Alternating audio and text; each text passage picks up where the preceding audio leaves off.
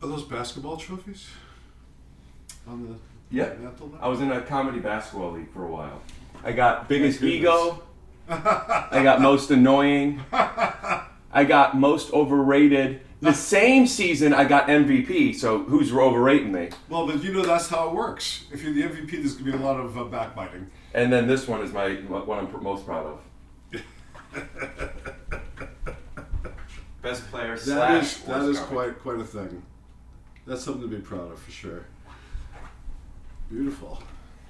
Thank you. You're welcome. My pleasure. So we'll get started in 1 sec, but I want to set the stage. Yes, sir. This is your third time on. We've gotten stoned every time. Since you've last come on, I've stopped smoking because it hurts my throat and started doing edibles. Right. You're like, well, if I'm not going to smoke, why are you going to smoke? Right. I took an edible right before you got here, so it's going to kick in. I don't know how long we're going, but once I feel like it might be kicking in, wherever we're at, I'm gonna stop and I'm gonna be like, I want to get you something to smoke, and you could say no. All right, and then I'll do this. I'll be like, Larry, and then you could, well, you know, maybe I'll take a hit or something like that. Great, because rather than have you putting pressure on me, it'd be easier just to take a hit and keep going. Well, we do have a segment on this on this podcast called Battle of the Boundaries. Oh, right. Where I try and get people to do something. Right, but it's not going to be, you'll have to pick other boundaries for me because smoking a little pot is not going to be enough. I can break through that boundary really easily. Okay. That's an easy one. Well, we get sexual. But, we're going to see where this goes. And also, what type of high am I going to have? Yeah, we flowed before. We can flow again. That's how I look at it. So we're going to get into lots of things, but so we don't bury the lead, would you like you to reveal your coffee for a second? Yes, there it is. Want to bring it out? Yes, please. Okay, there we go. Where did this come from? Well, I'm not allowed to say. And the reason I'm not allowed to say is because, please, let's show the big poster I got of your movie NR. Oh, oops. Dicks. Very good. Because I know we're going to get to it, but in case we get into the small talk, I don't want to bury it later on. At least it was mentioned somewhere, and that's all they care about. Done. That's exactly right. But I still need to get my coffee. I need to do a thing. So yeah. So how do you've been doing a fair amount of promotion? Why don't we take this next 60 seconds while I'm doing this and take all the things you've learned on this particular press run for Dicks and do a commercial. Okay. We'll add a little music. We'll do a little fun. Sure. Whatever you say. But I need you to start off with, hi.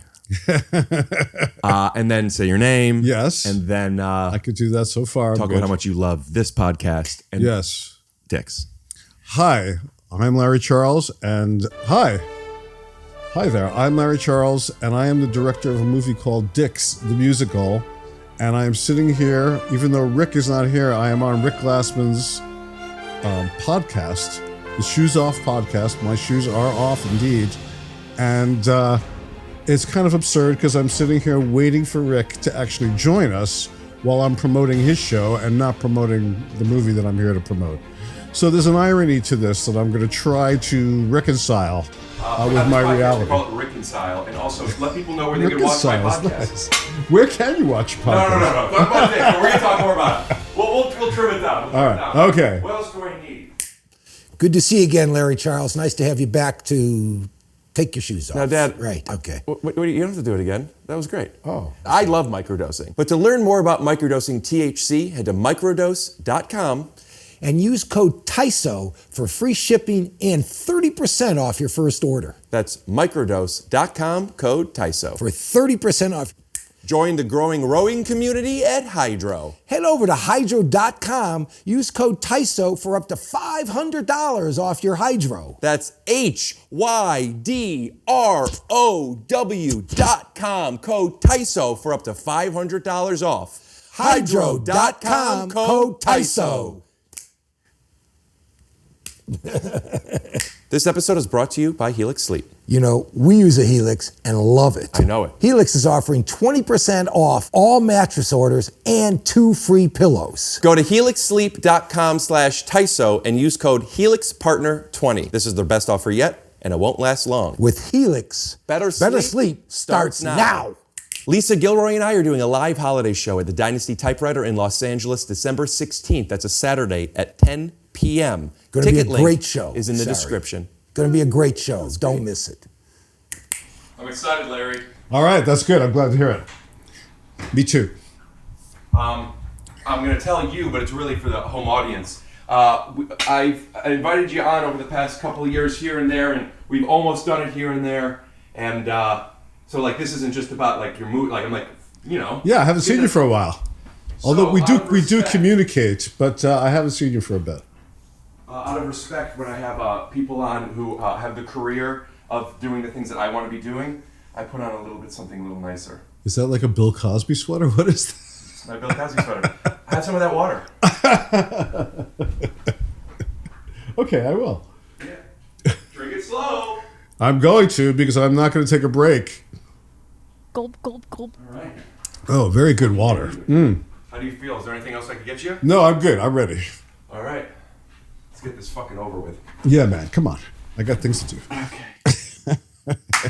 We're here, baby. All right. I'm gonna put these on. You don't have to. You're more than welcome. All right. I'm all right now. I'm going to ask you to just bring this a little closer. Sure. How's that? Good. Could you count to 30? 1, 2, 3, 4, 5, 6, 7, 8, 9, 10, 11, 12, 13, 14, 15, 16, 17, 18, 19, 20, 21, 22, 23, 24, 25, 26, 27, 28, 29, 30. Welcome back to another episode of Take Your Shoes Off. My name is Rick Glassman with our special guest and third time appearance, Larry Charles. Theme music. Scoot doo, blabbity blue, scoot dee. Oh yeah! Okay. Yeah, that was nice. And we're back. Beautiful. Look at that. Swag and everything. Oh, yeah. Larry. Yes, sir. Larry? People call me Larry. Larry. LC. Do you remember a comedian named Raymond, a guy named Billy Saluga? He used to do a character named Raymond J. Johnson Jr. Do you remember that character? Of course, but remind me. He would come out like he was a little white guy, but he would dress like a pimp. This is the 70s. And he would say, you don't have to call, my name is Raymond J. Johnson Jr., but you doesn't have to call me Raymond. You can call me Ray J or RJ or RJJ. And he would go out like that. It was a big bit. He was on every TV variety show, and he would just come out and do that bit and get a lot of applause and move on. Would it work today? It would be completely canceled today. Why? Because he's playing. He's kind of doing a voice? little, yeah, which apparently is not right anymore. Well, because I don't always have black guests, I try to, but there's only so many. Yes, that's true. I always want to make sure that there is a black voice here with us. And who is that?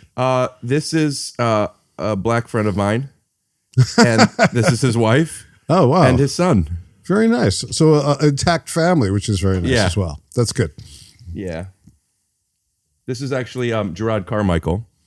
Gerard Carmichael, is he a friend of yours? He's great. He is a friend of mine, and I don't know what, years ago, maybe I'll say 2019, so not crazy long ago, I saw that in a gift shop, and which is an interesting type of shop, a shop that is all gifts. Everything could be a gift. Yes. These are only for you to buy for other people. Right, exactly. Nothing to keep.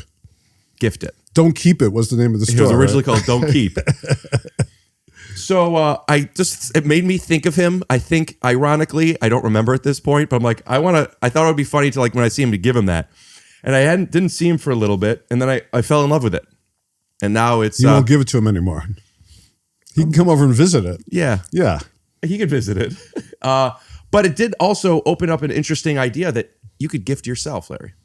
Ah, self-gifting. Mm-hmm. I like that idea. Yeah. Isn't our whole life a gift to ourself in some way? Well, as long as... I didn't mean to get philosophical so early. No, please. I often say that, the past is behind us and the future is yet to come, but today is a gift. Yeah. Did you make that up? You know the saying, right? Today's a present. It's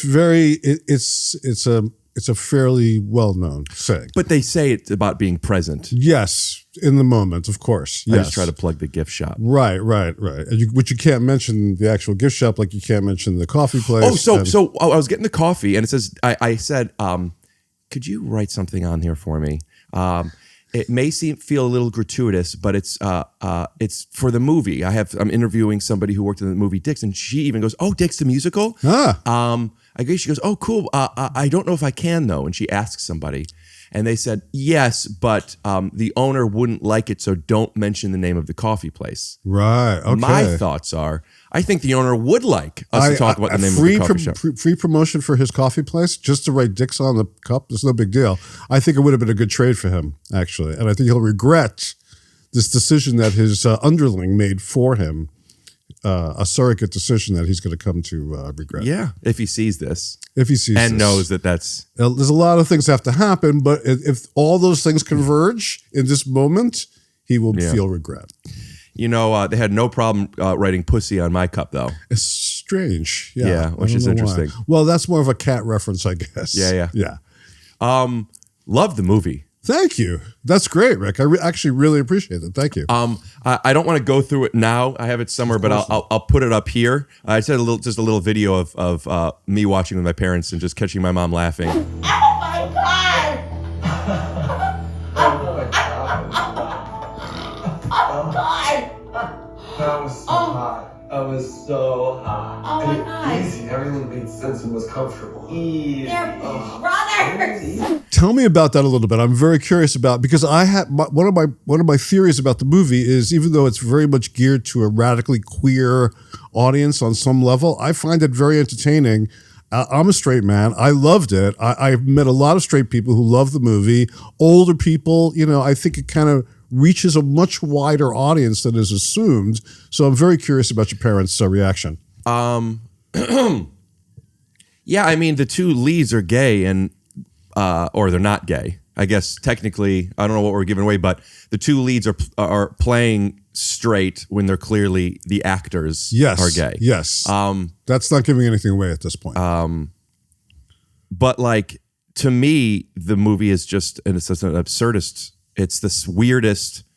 It's so weird. And we're going to bleep this, but people who've seen it will know what I'm talking about, but we'll bleep this for people that haven't yet. The sewer monsters, once that happened, sewer boys, bleep all of it. Once that happened, it even maybe the tone was already wacky. I knew it was silly, but once that happened, it became like, this is a fucking wild. That's how I felt when I read the script, and when I saw the original UCB play, I was like, wow, once the sewer boys were introduced, it sort of takes it to another level. I didn't know that. That's what I mean. That makes sense. Yeah. So right. It comes out of the blue. No, I'm saying I didn't know it was a play first. It was like a UCB show, like a 30-minute show that they did for like 8 years. Scripted, obviously. No, they would improvise. It started with improvising, and then slowly they locked into things over the years, and they kept adding and subtracting over the years. And it's been like an amorphous thing for like 8 years. And I know what it means, but for the people at home that doesn't know what amorphous means, it's kind of covering a lot of ground. That's what. Yeah. So that play was in constant process, and then eventually they actually optioned it. Wrote a script, and I read that script, and then I saw the play as well. So both things kind of like I hadn't read anything like that ever, and I was really excited when I read it. I like to, though this podcast is meant for people to watch it, I also am no stranger in using it to take advantage of going to college. Okay. So though it's not what the movie is, I'm very curious about that process. So they work on it for 8 years. They decide to turn it into a movie, and they probably have it shopped out to different directors, right? Initially, they had a producer who became interested, who got it optioned at Fox. This is before I was involved. And I guess at Fox, they just didn't know what to do with this, as you could well imagine. Mm-hmm. And so the option, I guess, fell out of Fox's hands, and the Chernin Company, and Peter Chernin used to be the head of Fox, took it to A24, and they became partners. And that's when the wheels started to roll. And I believe I was the only director approached, actually. And I'm not sure about that. And I wouldn't be insulted if I wasn't. Right. But I think that I was requested to read this script, like one of the first people to read it. New York musical gay, Yes. Jewish, being your side of it, are they all synonymous? Well, as you can see, these two guys couldn't be more Gentile. One comes from Waco, Texas, Aaron. Josh comes from North Carolina. But they have the most beautiful, sweet, possibly Christian, but beautifully sweet parents, encouraging. Possibly Christian? Well, if you think about somebody growing up in a gay 6'4" guy growing up in Texas and having parents that actually support you and help you and are nurturing you, that's pretty unusual. So the Jewish thing, it doesn't really come into play in this particular realm. I mean, in terms of my comedy, I'm able to apply those kind of Jewish sensibilities. I mean the demographics of it. Like you're talking about my parents liking it, or like it right? Like Jewish. I don't think that any religion, race, or even political ideology should be prevented from enjoying this movie. No, but my I'm more talking about like, why are you connected to it? Right. And even though you're not the same demographic as where they, I mean, I guess what you were saying traditionally, like, oh, your parents would like this. I think everybody would, but like Jewish and gay seem to be like, what would you true. say? Ketchup and New York gay. also. The New York, and I grew up in the 70s in New York when the Jewish gay culture really was kind of blossoming. So inadvertently, without me even knowing what homosexuality was when I was a kid, I was attracted to certain artists. They happened to be men, and most artists at the time were men. The idea of women artists was almost unusual at that point. But most of the radical artists working in New York, whether it be Allen Ginsberg, whether it be John Waters, people like that I got turned on to. The Kukar brothers, underground filmmakers like Kukar brothers and Jack Smith, they were all gay. And I didn't even realize they were gay, but they happened to be gay. So that gay influence and that Jewish influence, whatever that is, kind of permeates the mainstream culture, much more than we give credit for. One of my points is, not to keep going on this, but all culture is gay culture. All culture is connected to gay culture. Gay culture and black culture are often the starting points for a lot of the things that become what we call mainstream culture. I say it all the time. There you go. How is gay culture all culture?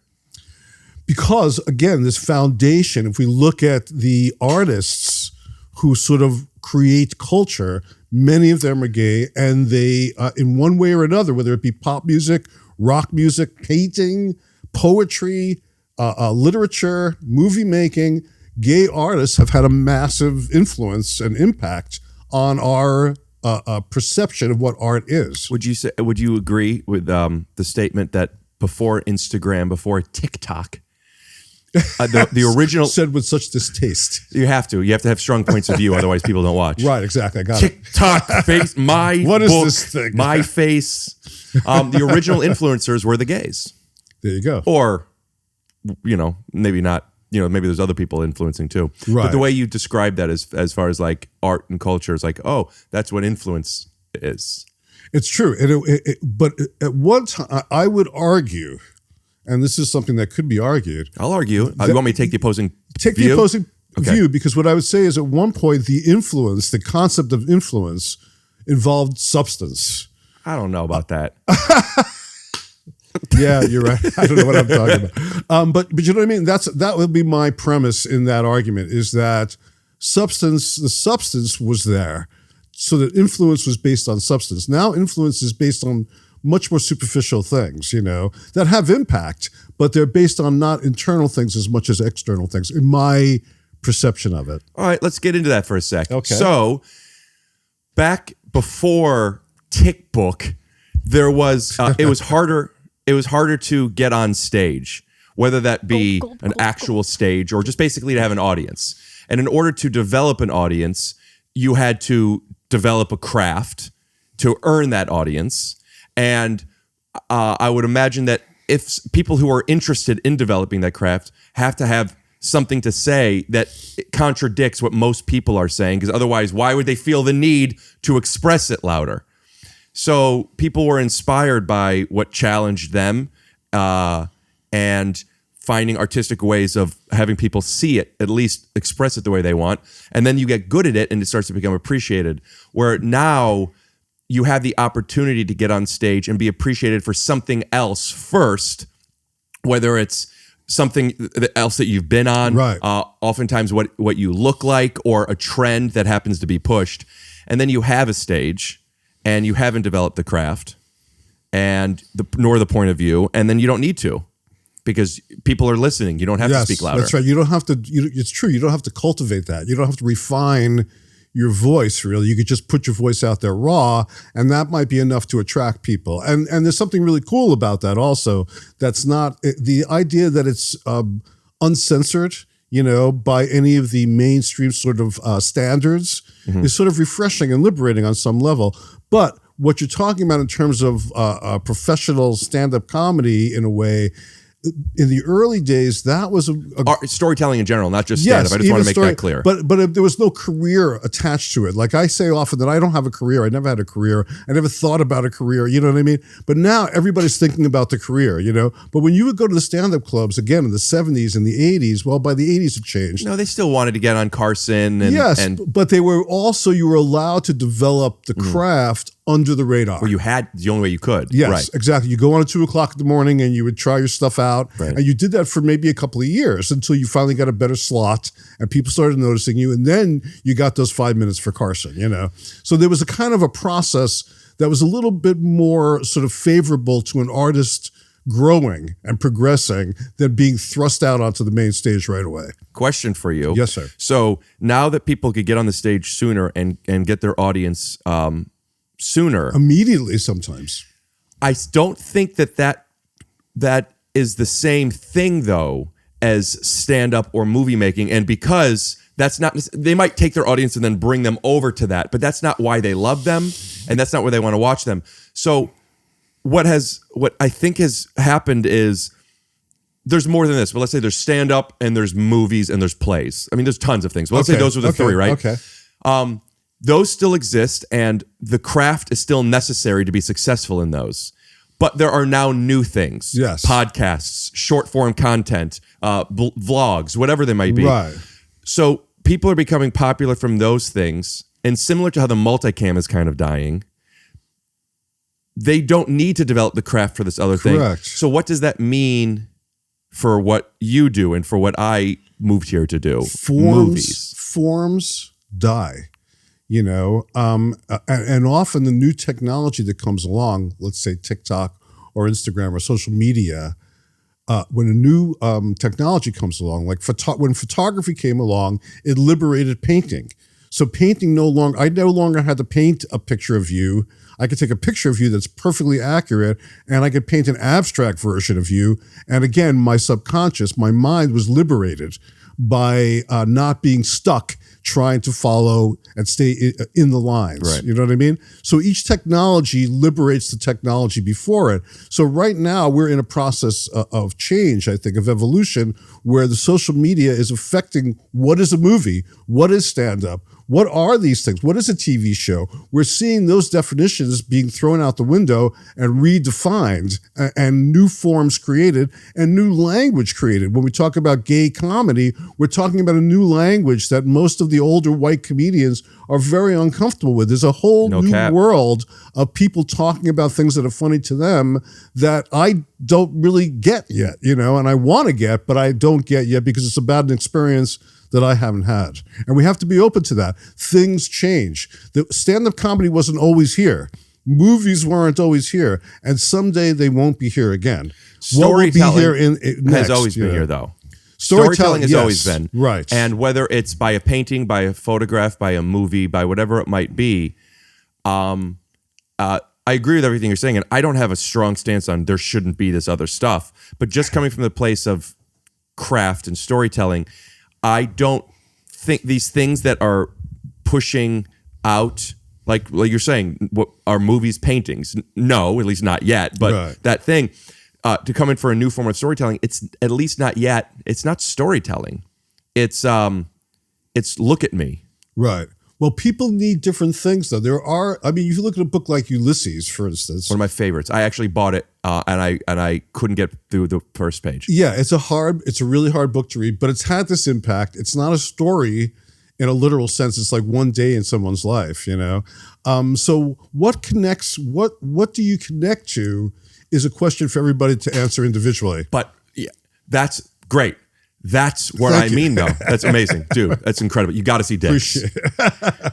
I don't think we're scrolling at stuff, connecting to it. Yes. We're distracting ourselves. Well, our brain is probably changing. Our neurology, is probably changing as a result of what we are exposed to. This visual stimuli. We were used to, you and I, or I'm older than you. I grew up sitting in front of a black and white TV this Why close. so close? Because that was the only way I could see it. It was like, if I stood away, it was a 12-inch TV. If it was over there, you wouldn't really be seeing very much of it. So at night, so my parents wouldn't even hear it, I would turn it on really low and I'd put my face really next to it and I would just watch TV that way. That's not the way you watch TV. So what I was receiving, the input I was getting, who knows how it affected my neurology? And the same is true of the scrolling. We don't know. Nobody's doing any kind of studies on how the brain is changing through this social media environment. I agree with that very much, but I still want to stay on the idea of the art, right? Not. I would say this, Rick, if I may. Okay, thank you. Craft is overrated. I think craft is a way to keep other people out, in a sense. Who's judging what craft is and what craft isn't? You know what I mean? So I really respond to movies, TV shows, paintings, books that are a little bit more chaotic, that fall outside of those boundaries of what is, quote, craft. Yeah, I think of punk music, think of things like that have a rawness but there's craft to them. to it. There is some, but I think we might have a different definition, but not traditional craft, I guess is what I'm saying. Craft to me is let's reform it to developing something. Okay. There people that have a strong voice. They have a voice. One, because they have the awareness of their belief, and two, they know how to communicate it. Those are the two things. Now, do people agree with them, and or do they like the way they communicate it? Do they understand them? Do they care? That's the subjectivity to it all. But if you don't know what emotional intelligence in a relationship, if I'm triggered or my feelings are hurt or I'm jealous or I'm sad or whatever, and I'm not in touch with these feelings, I'm just going to be a monster to you. Yes. I have to know why I feel this way. Then I have to learn how to communicate it to you. Then there is the thing that I can't control, which is, are you and I compatible? If you do not like this, then you don't listen to punk or you don't watch this musical or whatever. But there's nothing I could do about that. Right. I still am in touch with what I feel and the craft of how to communicate it. This sounds, I don't think I've ever talked about this on this podcast, but like people talk a strong thing like social media is bad and this. That's not my stance on this. Right, I understand. Whatever my take is, it's irrelevant. The point is just that because people have this stage now, for better and for worse, let me give an analogy for a sec. I've talked about this a lot with comedy. Typically, not always, typically, really beautiful people, especially if they've been beautiful since they were young, aren't as funny as weirder looking people. Okay. There's exceptions, but one of the main reasons is right here. The beautiful people are getting the attention. They don't need to find it different ways, or not getting the attention, whatever it is, not wanting to be seen or seen.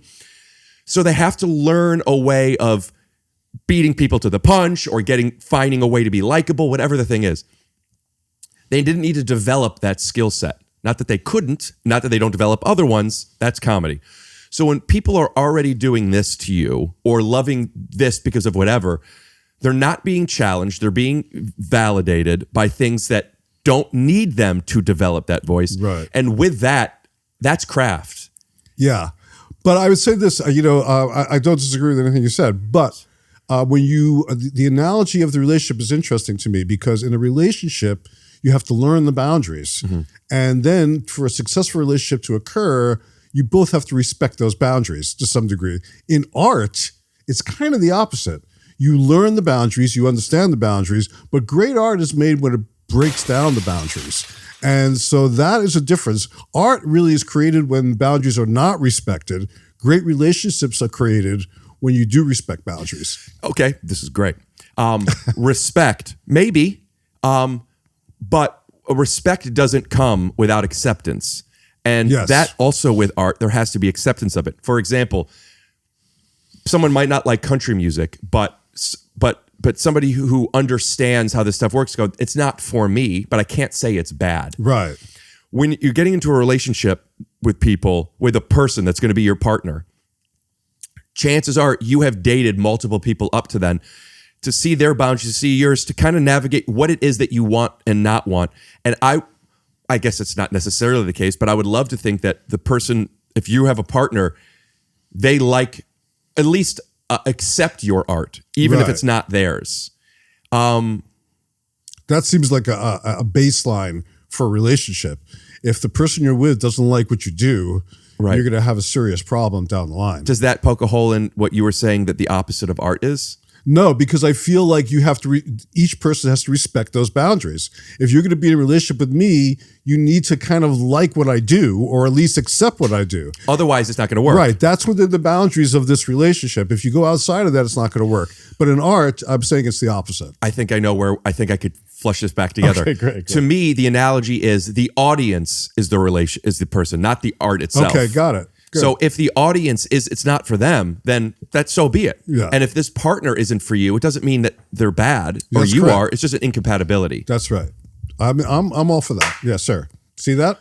But if you don't go out and date different people and learn how to, pardon my French, eat pussy or suck dick or whatever the thing might be, then you're going to get in a relationship with somebody. You're maybe not going to be as good at it yet. Right. You're not going to know how to communicate. You're not going to be in touch with your feelings, all these things.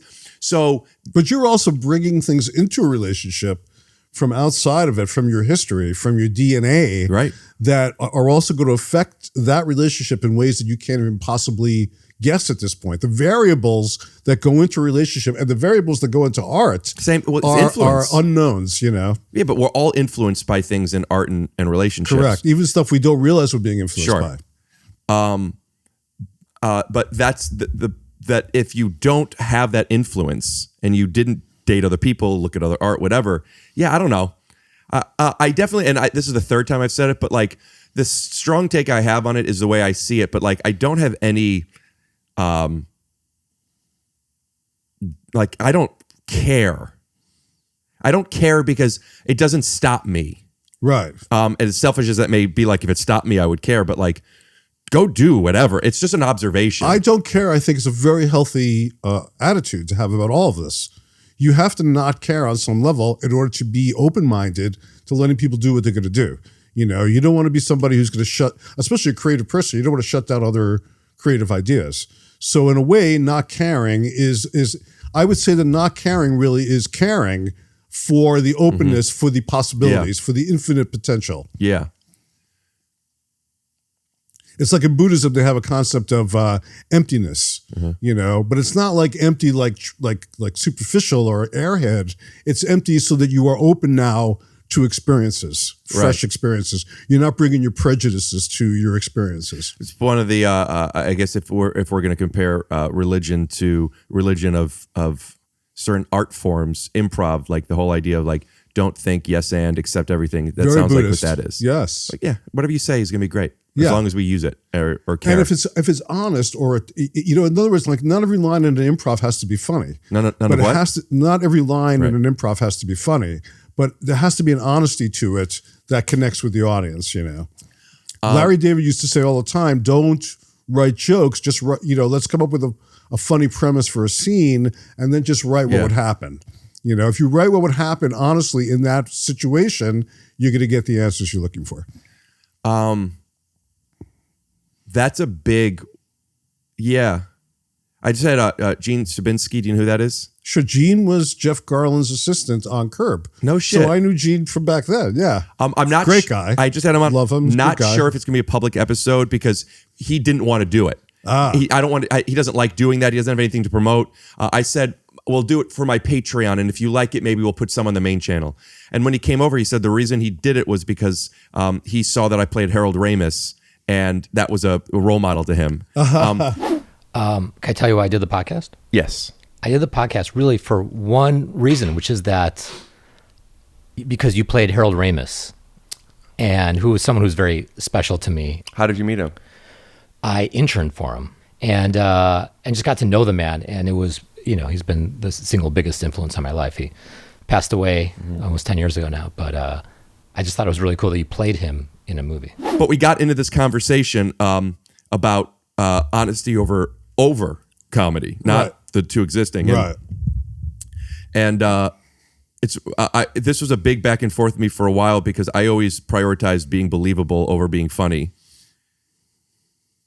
And I still hold to that because how could it mean anything? Even if you laugh, where do you take away from it if you don't connect something to it? I have a lot of thoughts on it, but could you shine a magnifying glass on what it means to you?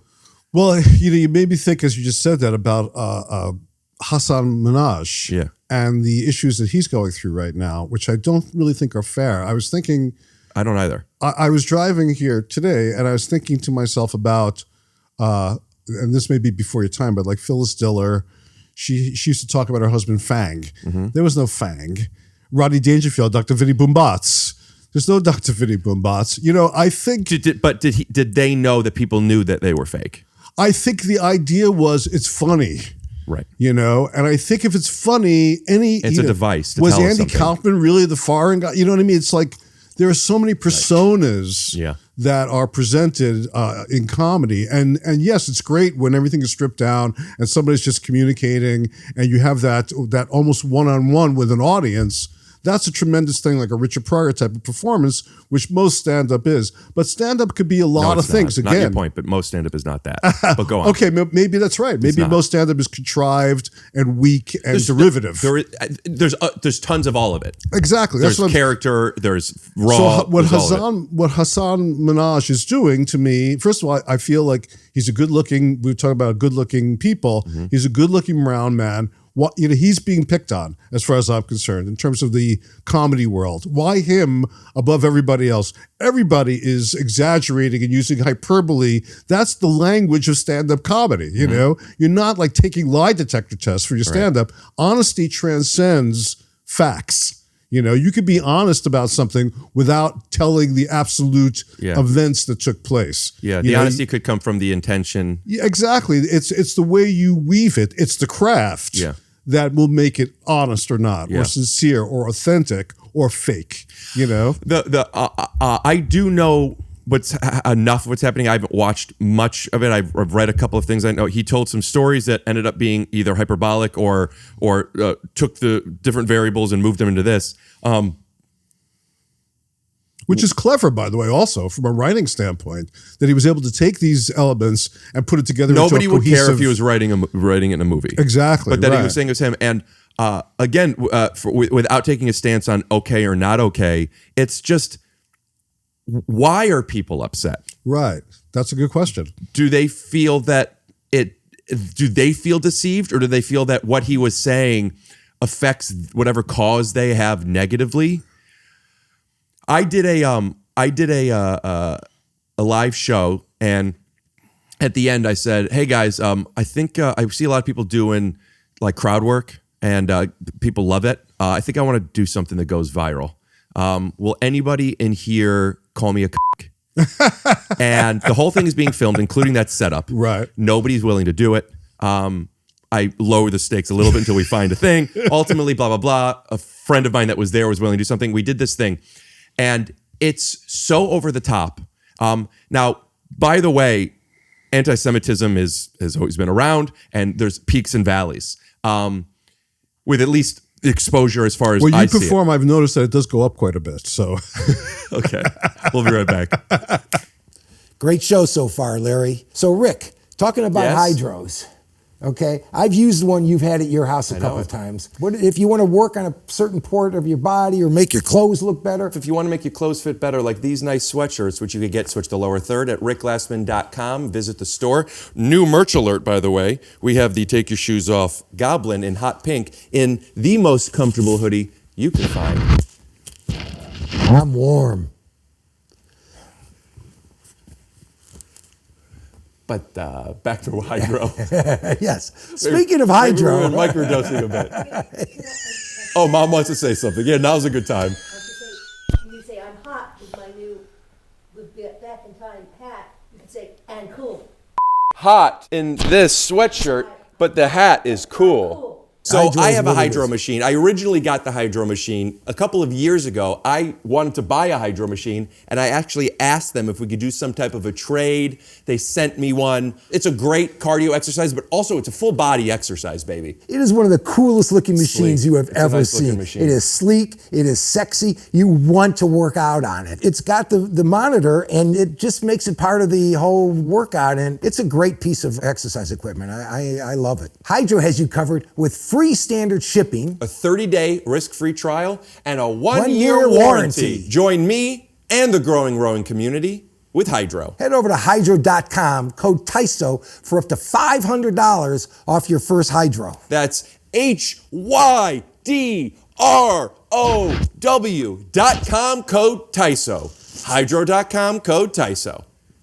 This episode is brought to you by Helix Sleep. Did I talk about it for a little bit? So I got to tell you, I've used a Helix now for almost 2 years, and I've never slept better. I just can't talk about it enough. When I'm ready to go to bed, we're excited. You take a 2-minute sleep quiz, and you say, are you a back sleeper, a side sleeper? Do you like it firm? Do you like it soft? Do you run hot or cold? And they will help match up a mattress for you. Also, there's a 100-day risk-free trial. They drop it off at your door. They'll pick it up at your door. No risk to you, plus a 10 to 15-year warranty. It's fun when they come because it's this box, and you go, no way is that my bed. You know what? Oy. Wow. Oh, woo! Look at it. Wow, what a groovy mattress. Wow, look at it. So thick. Wow. Whoa. I've always wanted to do this. This is... I've always wanted to do this. This is... Helix is offering 20% off all mattress orders and 2 free pillows. Go to Helix Sleep, HELIXSLEEP.com/TYSO and use code HELIXPARTNER20. This is their best offer yet, and it won't last long. Hold on 1 second. With Helix, better sleep starts meow. So this episode is sponsored by Microdose. I am big into microdosing. I also like getting high. Lord knows you do. Yes, I do. It's no secret there. I'm taking these every night. I absolutely love them. From what I understand, it's all about getting in the right zone when you're microdosing. Auto zone. Yeah. We gave Mom a little microdosing. Why don't we just cut to the best dad that we could? I need you, baby, to warm a lonely night. I love you, baby, to rest in me when I say. To learn more about microdosing THC, go to microdose.com, code TYSO, to get free shipping and 30% off your first order. That's microdose.com, code TYSO. Microdose.com, code TYSO for 30% off. I did it right. Microdose.com, code TYSO for 30% off.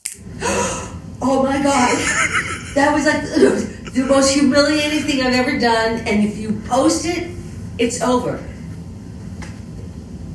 There's no way you could have recorded me singing that song. I love you, baby, and if it's quite alright, I need you, baby, to warm a lonely night. I need you.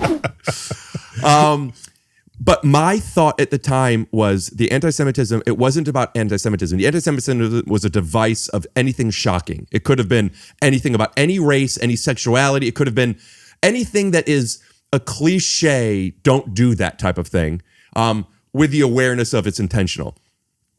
My inspiration was making fun of these clips where I see people doing this and not presenting it as fake. Like, these are heckler videos that they're like trying to make people think it's real. Right. Is that a thing, really? I didn't know that. People are contriving heckler videos to make them look clever on stage? I don't know. Okay. But I watch some and I go, really? Yeah. Well, sometimes you look at these things, you go, who's holding the camera?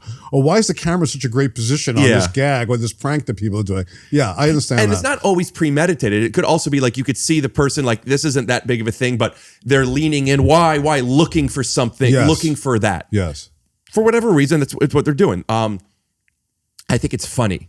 I don't no bad, no good. It's just a device that I wanted to deconstruct. Right. So I did it, and there's two versions. The longer version had me even behind the curtain saying, "This is my moment. I'm trying to go viral here." And then there was a shorter one that didn't have that part in, but it ended up with the guy saying something to me, and I go, "Yeah, well, that's not okay." And I look into the camera, and the audience starts chanting my name, Rick, Rick, Rick, and I'm doing the robot. It's so over the top. Right.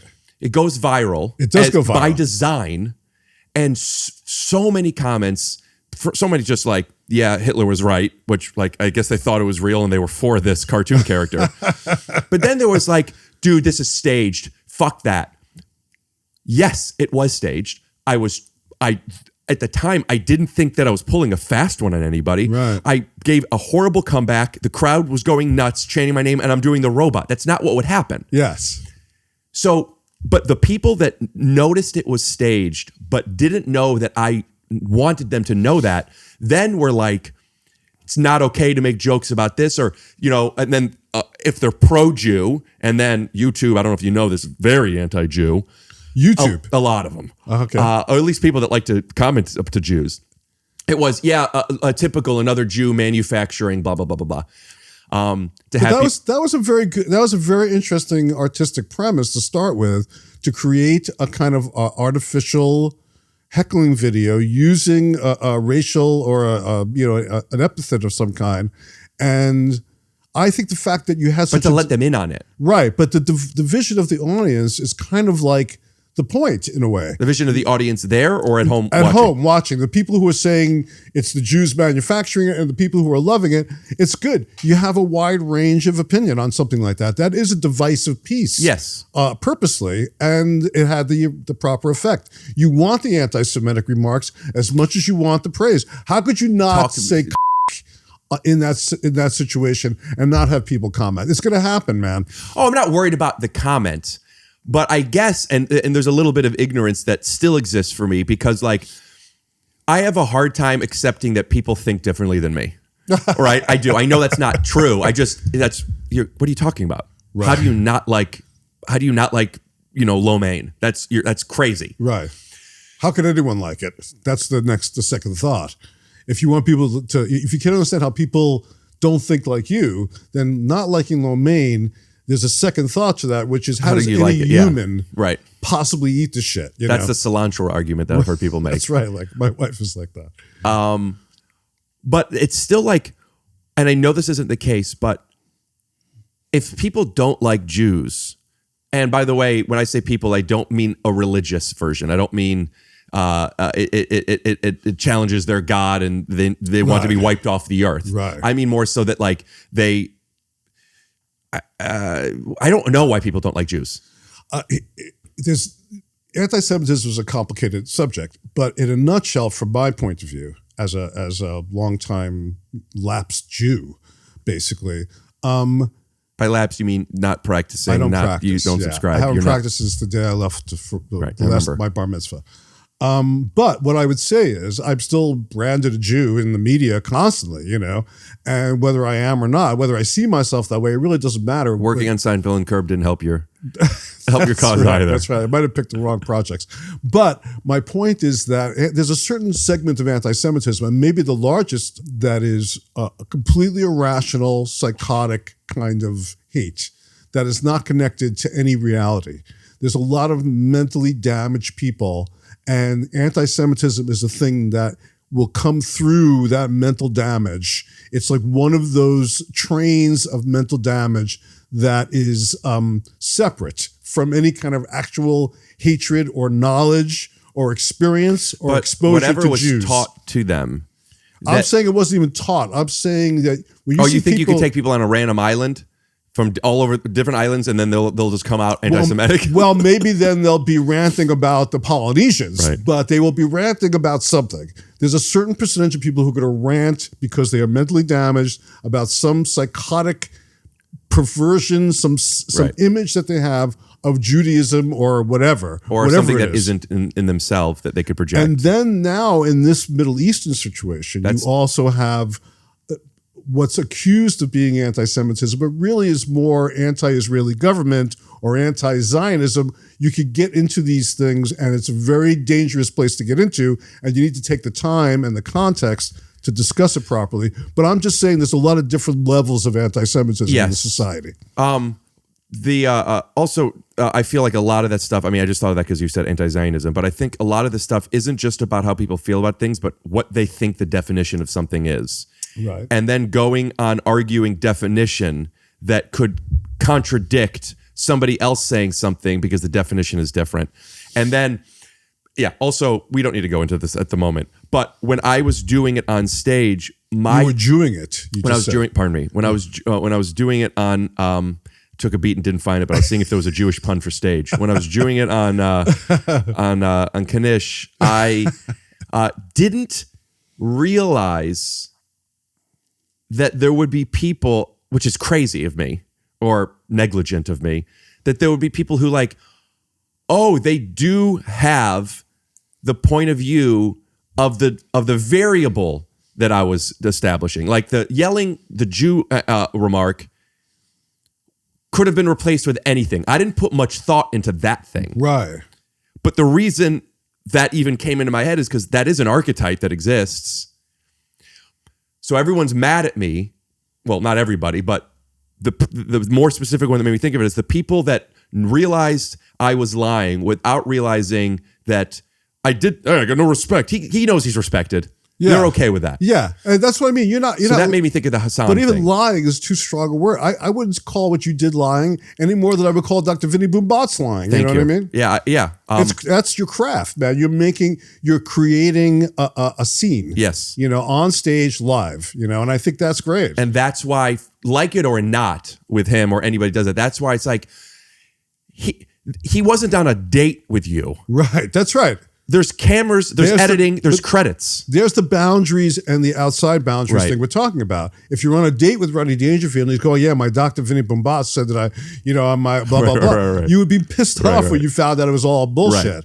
But on stage, you're delighted. So it's that is the difference. There's a different dynamic between the comedian and the audience than a comedian and a person they're having a relationship with. And the person, if you don't like somebody you're in a relationship with, you don't need to tweet about it. You just break up. People feel a need to express everything on social media now. Because they have a stage. And that's the thing. Yeah. There's craft to being a critic. There's no more privacy. I mean, that's true. Privacy is almost like a quaint concept at this point. I also wanted to say that the people that are writing these anti-Semitic remarks based on your stand-up piece, some of those people also think they're being funny. There is that too, which is crazy. I think the majority, they're doing their shocking joke. That's correct. And then underneath those jokes is where you see the subculture of people thinking that's funny, not funny, agreeing with it, not agreeing. Some of those people, if you were to find those people and talk to them, poll them, some of those people are probably Jews, who are making a Jew joke, quote unquote. And some of those people have never met a Jew in their life and are actually saying it. And it's hard to delineate. Would you say it's a mishmash of people? A mishmash, exactly. I want to make sure it's right here. I just want to grab my phone. Yes. Let me reject you. But something that I don't talk much on this podcast, nor do I ever really want to, because it's at this point a cliche, is the cancel culture aspect of things. So like this was more about, Have you seen Bill Burr's Netflix movie, Old Dads? I was in it. I was in. That's right. You were in it. You played exactly the people that he hates. Right. I thought it was a pretty funny movie. You see, I like all comedy if it's funny, and Bill Burr's movie was really funny to me. I laughed out loud a lot. As rude as he is and as politically incorrect as he is, I can still appreciate that. I don't want to censor him any more than I want to censor Hassan Minhaj or anybody else. I believe in free speech, and I believe that comedy requires you to make the audience laugh. And if you could do that, then I respect that. I admire that. What I liked about that movie was there were so many jokes. Exactly. And a lot of them were just points of view, but still jokes. And I had a shift in the judgment I had towards comedy with the movie Grown Ups. Right. And more specifically, the second Grown Ups. Did you know that Sandler movie? Have you seen it? I don't think I saw the second one. I feel like I saw the first one. And I don't remember it very well. I love Sandler because I love how do you Sandler not? too, and I love some of his movies a lot. But there was a period where I was watching Grown Ups and some other movies of his that came out around the time, and I felt myself judging it. This isn't, not that this isn't Sandler, because clearly it is. This isn't what I like, and this isn't, and so be it. I'm allowed to do that. But I was then later watching Grown Ups or Grown Ups 2 with my buddy John DeWalt. I know I was stoned, and I was laughing so much. And I was laughing because there's some really good jokes. There's some absolutely ridiculous stuff that I could look at it. Why would it be in there? Or that's funny that they put that in there, whatever the thing is. Right. And what I realized was it doesn't matter if you're laughing ironically or not, or if you're laughing because it's good or if you're laughing because it's bad. Does it make you laugh? And then it made me realize, oh, that also could be an intentional thing. Like, we'll bleep this, but the sewer boys, right? They didn't look the most realistic, correct? Which made it so much funnier. Exactly.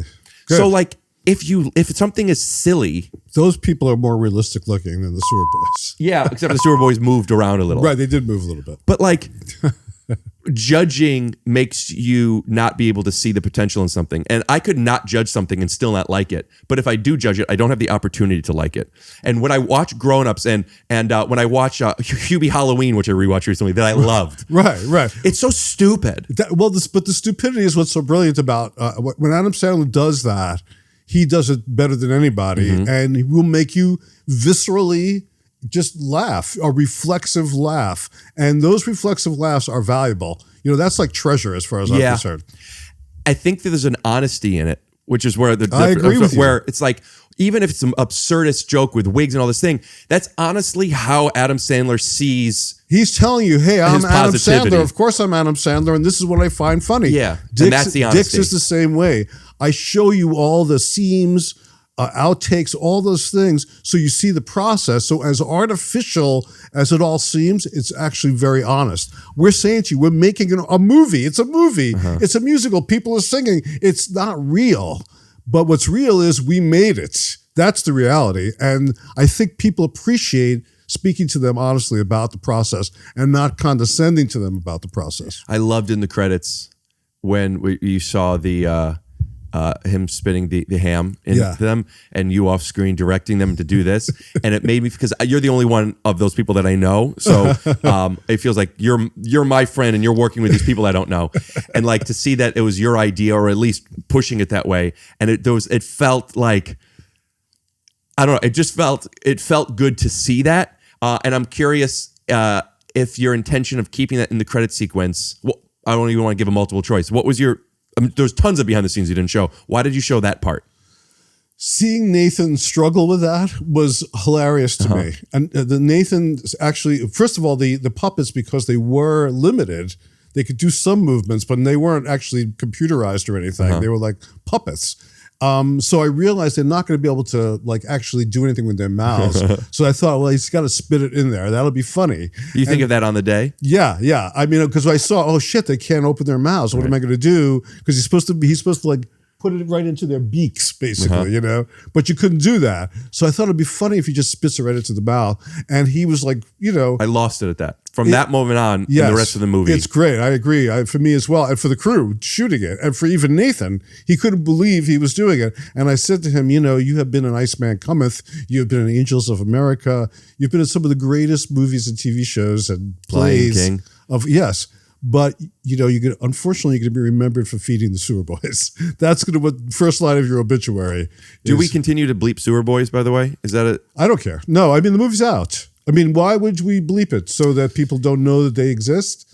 They wouldn't understand what the hell we're talking about. Yeah, it's just the fact that they were never established. It is otherwise a throwaway joke that becomes not only a story point, it becomes a big story point. Yes. It's just a ridiculous thing. Yes. And when that happened, it just felt like, to me, it just feels like that works because it was almost a reveal. Yes, it does. And initially, we weren't even again, this is the difference between my version of marketing and someone like H24. I didn't want to give away the Sewer Boys. I didn't want to give away anything. Did they give that away in the trailer? Yes, Gotcha. they did. Okay. And I fought with them about it, and I didn't want to do it, and they felt like they need the Sewer Boys to get out there as soon as they can. They've been ahead. The two things are that the Sewer Boys helps get people to see the movie, but you don't want them to know what it is if they're already going to see it. I don't want to take away from that moment when he pulls the curtain away. Yeah, when I know I'm going to see something, I intentionally won't watch the trailer. But me too. I won't watch the trailer either. But in comedy, I do find there's two different kinds of reactions. Sometimes I want the laugh that comes from my anticipation of what's going to happen and then it happening. Right. Other times I want to be surprised. I think it depends on what the joke is. Exactly. It's two different devices. Comedy has a lot of different dynamics, very, very multiplicity. Yeah, one is a setup and the other is a reveal. That's right. Did you know that the movie was going to be Did you think the movie was going to be musical or funny? I know it's both, but is this a comedy satirizing musicals to you, or is it a musical that you're making funny? It was a funny musical. I mean, the lyrics are funny. Mm-hmm. I thought the whole thing was funny. The whole premise, the characters, the lines. It is clever. It's got its own language. If you listen to just the so-called straight lines, they're absurdly funny also. Is that what you mean by its own language? Its own language, yes, exactly. These two guys kind of express themselves in such a funny, unique way, like Larry David had his own voice, or like Sasha has his own voice. These guys also have their own voice that is very distinctive. I haven't seen it anywhere else. For people that don't know, because we haven't talked about Sacha Baron Cohen and Larry David, you have been directing both. Yes, and Aaron Jackson and Josh Sharp, the stars and writers of this, also have this very unique voice that they've developed over the years. They've cultivated, and so it sounds like nothing else. It sounds like no other comedy as well. My favorite musicals are funny musicals, like Funny Thing Happened on the Way to the Forum or The Producers, and I wanted this to be in that kind of pantheon. I just saw Gutenberg. How was that? So good. With Josh. Right. Josh our good buddy. I met you the same day I met Josh on the Comedians. Yeah. And Andrew Super Williams, talented. is it? Reynolds? Reynolds, I think, yeah. Yes. It was good. I was watching. Where did you see it, in New York? Yeah. Uh-huh. While I'm watching it, and not that I know a lot of people at this point working as long as I have of different levels, and people that are very successful and people that aren't as successful. And I feel like I have a good idea of like people that are stars. You know what I'm saying? Like, oh, this person has something special. Yes. And I was sitting there watching, and I knew that already. I mean, Josh he's brilliant. Yeah. I hadn't seen him I didn't see him live like that. Yeah.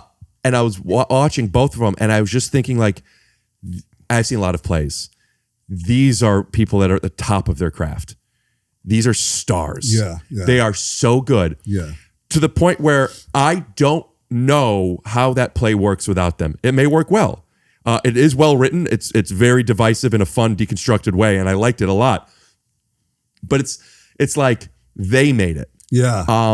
At least that's what it felt like to me. Yeah. And it was so inspiring. I want to do that. I want to take voice lessons. Yeah. I want to do musicals. That's a great idea for you, Rick. I think you should. I think you could do that, actually. I think there's no reason. You probably could make that kind of, you could expand your palette. Let's put it that way. I Why just not? love them. Yeah.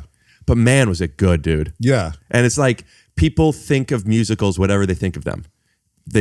People think of whatever they think of them. But I do know that, like, I have gotten friends into musicals, and before they would see the musicals, they thought musicals meant whatever they thought it meant. And it's like, it's they're not music. wrong. There is the mainstream musicals are very kind of like, overinflated.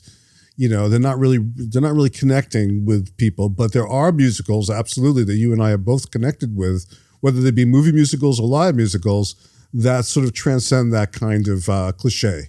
So when you see Dix the musical, if somebody's like, I don't like musicals, it's like, what do you don't like a musical you've seen yet? Right. Well, and also they should think of it, if they're looking for a funny comedy, a comedy that you will laugh out loud at, and forgetting about the music for a second, this movie accomplishes that.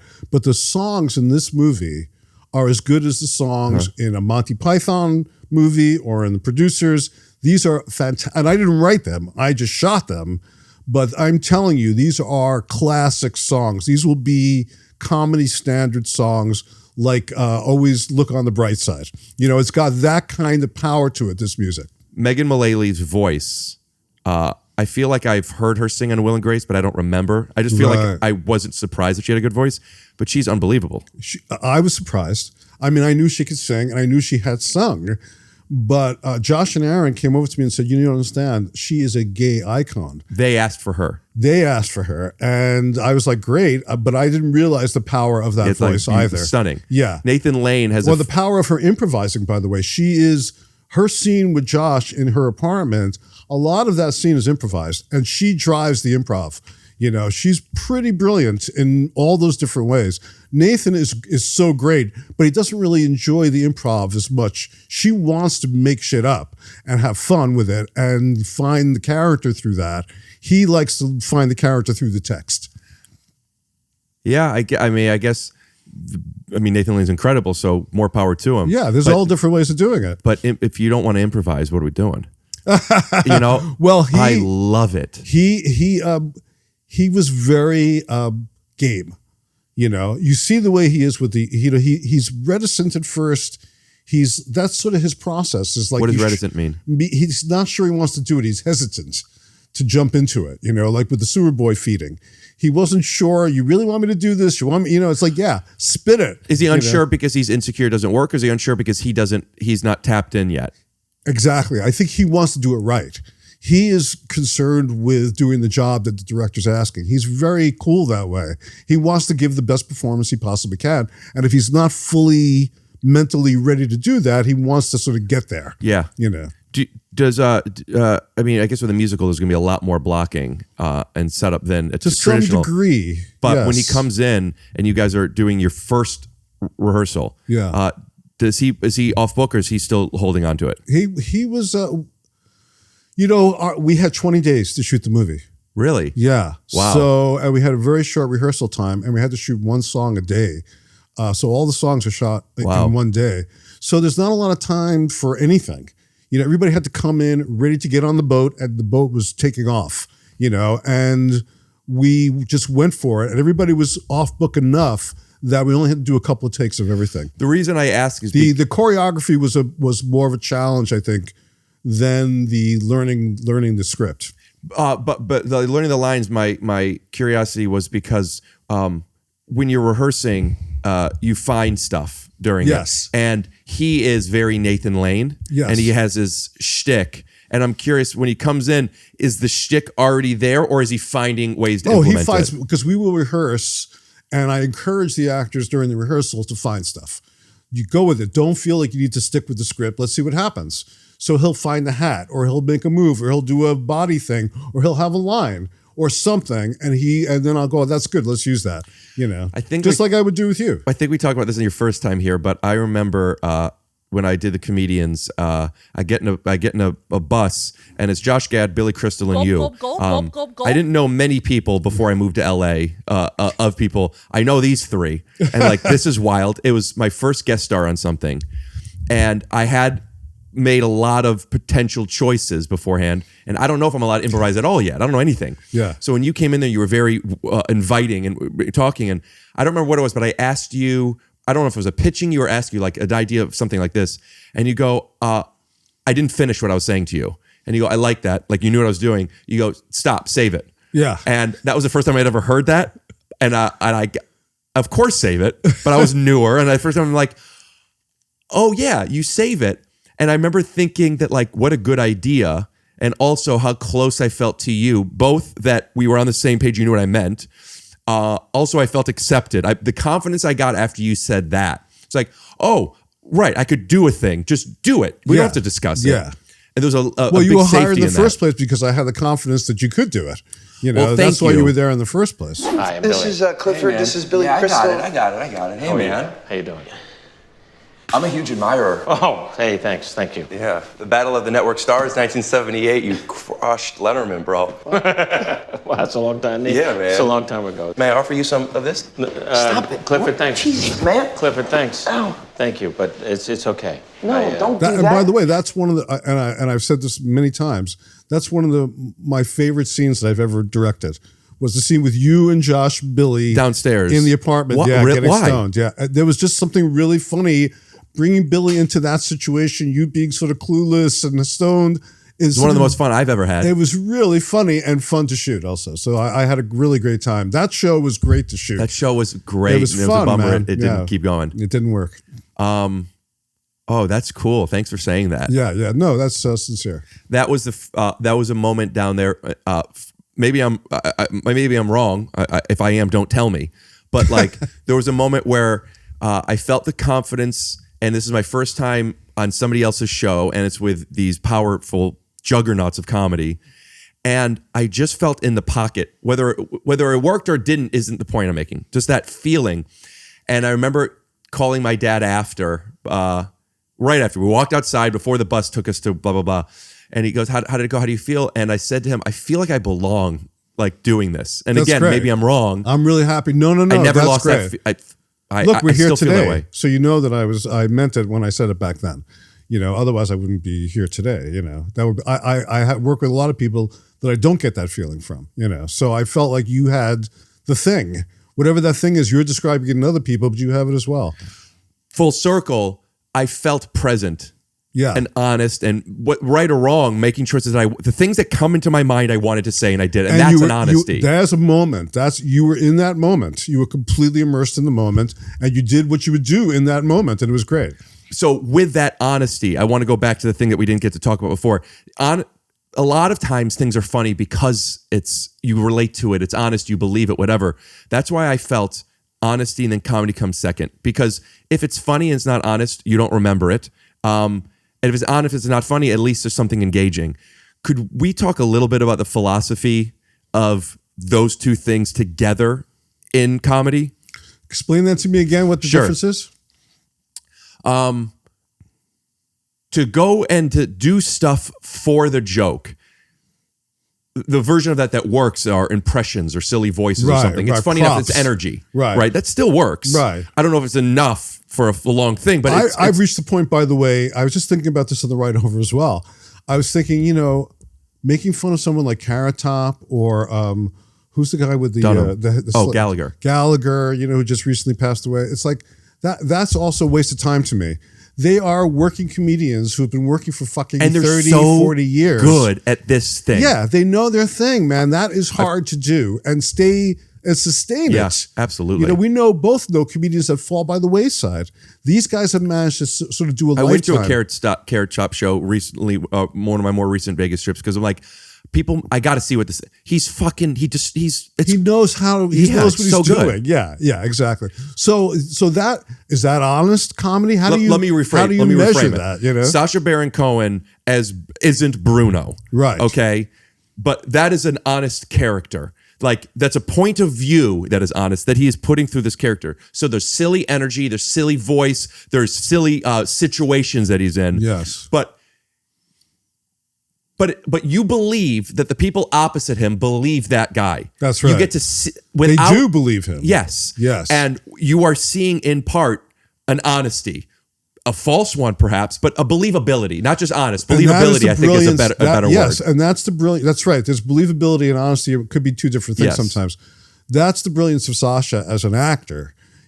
What makes it honest, despite the flamboyant clothes and the accent and the weird wig and the way he talks and the stuff he talks about, what makes it so unflinchingly honest is that the person across from him believes this is him, believes this is Bruno. Right. That all day long, he is making people believe this is a real person.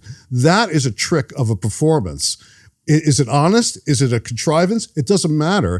It's honest to the person in that moment. And if you lose that one part, if the person there knows, but they play along, it's a completely different thing. Yeah. So that's what I mean about the importance of honesty, of like caring about what something is.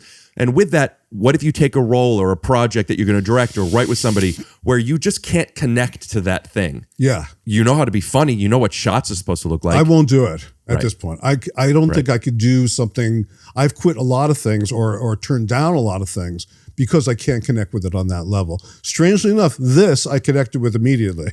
So what I'm going to connect with, I don't really know. But if I don't connect, I can't force myself to connect with it. You know, I know instinctively, I trust my instincts at this point enough to go, I don't connect with this. This isn't for me. Knowing the psychology of that, how do you direct someone like Nathan Lane, who at the time doesn't connect with spitting the ham in the thing? Yeah. And it's not that he's saying, no, you're wrong. It's that I can't tap into this. Yeah. Is it giving somebody confidence? Is it finding a way that it's in their voice? How do you do that? I try, and it's the same thing with you guys in the basement of the apartment with the smoke, you and Josh and Billy. I try to give you a safe space, basically, to do what you have to do. You know, I want you to feel secure that you could jump off the cliff and I'll be there to catch you. And if you feel safe jumping off a cliff, you're going to come up with some really cool, great stuff. So I try to create an atmosphere, an environment. Everybody, the crew, I try to do this with the crew as well. I want you to feel like you're safe to try anything you want. You can say anything, you could do anything, you could fuck up, you can make up stuff, whatever you want, it's okay. It's just a camera, it's just a take. You know, you're safe. I'm going to protect that performance, you know? And I try to give people that confidence so they'll go for it and not be afraid. Yeah, so I've already explained, I felt that with you, but I don't know, other than you saying save it, I don't know how. Could you give me any tools? To how to do that? I think it's the same thing as we're doing here. I'm listening. You know, I'm listening and I'm also perceiving intuitively what your anxiety is, what your reticence is, what your hesitation is. And I'm trying to tap into that and talk to you about that and release that so you don't feel that. So you could jump into the deep end of the pool, you know. Could you give an example of an actor, you don't have to say who it is, where you felt that and you made him feel safe? I think the sewer boys feeding is a great example of that. I mean, throughout, from the time he read the script, Nathan was like, what's with the sewer boys? You know, he was a little nervous about it because, again, he wants to do well, you know? And so on the day, it was a long day, and every day was a long day. But on that day, I tried to just take my time, relax, let him take his time, let him get to it, and let him find his version of it, you know? I don't want him to do as a director, I don't want you to do exactly what I'm telling you to do. I want to give you an idea of what I want you to do, and then I want you to do your thing, you know? And that message gets across to all the actors that I work with, I think. I want you to surprise me. I'm the audience. Surprise me, you know? Don't do what I say. Surprise me instead of doing what I say. Do you have an example of something, an idea that you had directing Larry David in anything, where you had this idea of something that he felt he didn't know how to tap into, but tried it? Generally, you know, the thing is, I am so close with Larry, or I was so close with Larry, particularly during Curb, that it was kind of like we were already talking about these things before we would get to shoot, you know? So he knows how to stay within his wheelhouse, right? You know, and so the question again, though, is for me is how far can I push him, you know? And so when he is like trying to trick the Jewish head of the kidney. Bring this closer. What's that? Bring this closer. Yeah. When he's trying to trick the Jewish head. That he's very Jewish. Like that starts off being a little more subtle and nuanced. Right. And I'm like, no, man. Did you direct that episode? Yeah. Maybe I knew that. That's my favorite episode of the series. There's a lot of great episodes. I did one with the Survivor is also another one of my favorites, where you had the Survivor versus the guy from the TV show. You're talking about the chef, right? No. This was like he has a dinner at his house, Larry, and his father brings over a Holocaust survivor. And they also invited a guy from the Survivor TV show, and the two of them get into an argument. Vaguely remember, but I don't remember. You would love that one, actually. I got to rewatch. But yeah, and the ski lift and everything was... Yeah, the ski lift was great. Yeah, that was a really fun one, too. Which we actually shot up at Big Bear. That's the same episode. No, the one I'm talking about two separate episodes. The ski lift is the one where the ski lift is the kidney one. Right, Richard Lewis needs a kidney. He goes to see the kidney guy who's very Jewish. Yeah, and then they go up to the cabin. The one I'm talking about is Larry's about to get remarried, and they're gonna do their vows again, and they have a dinner with her parents and his father, and they all bring guests, and they get into an argument. The Holocaust survivor and the TV show guy get into an argument about who had it worse. You know, who really was the survivor, you know, that kind of stuff. Larry, you know, this is stuff that he's thinking about. So he's already like ready to do it, but how far he should go in terms of his reactions, that's something I could modulate with him as we're shooting it, because you don't know what the other actors are going to do either. Right. And so you have to be sort of open to the dynamic in the room at that moment again, as we get back to this moment idea.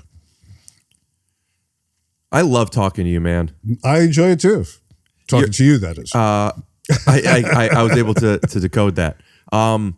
There's such a spiritual thing with you, which is I don't think it's ironic. Spirituality isn't religion, but there's such a spiritual thing with you that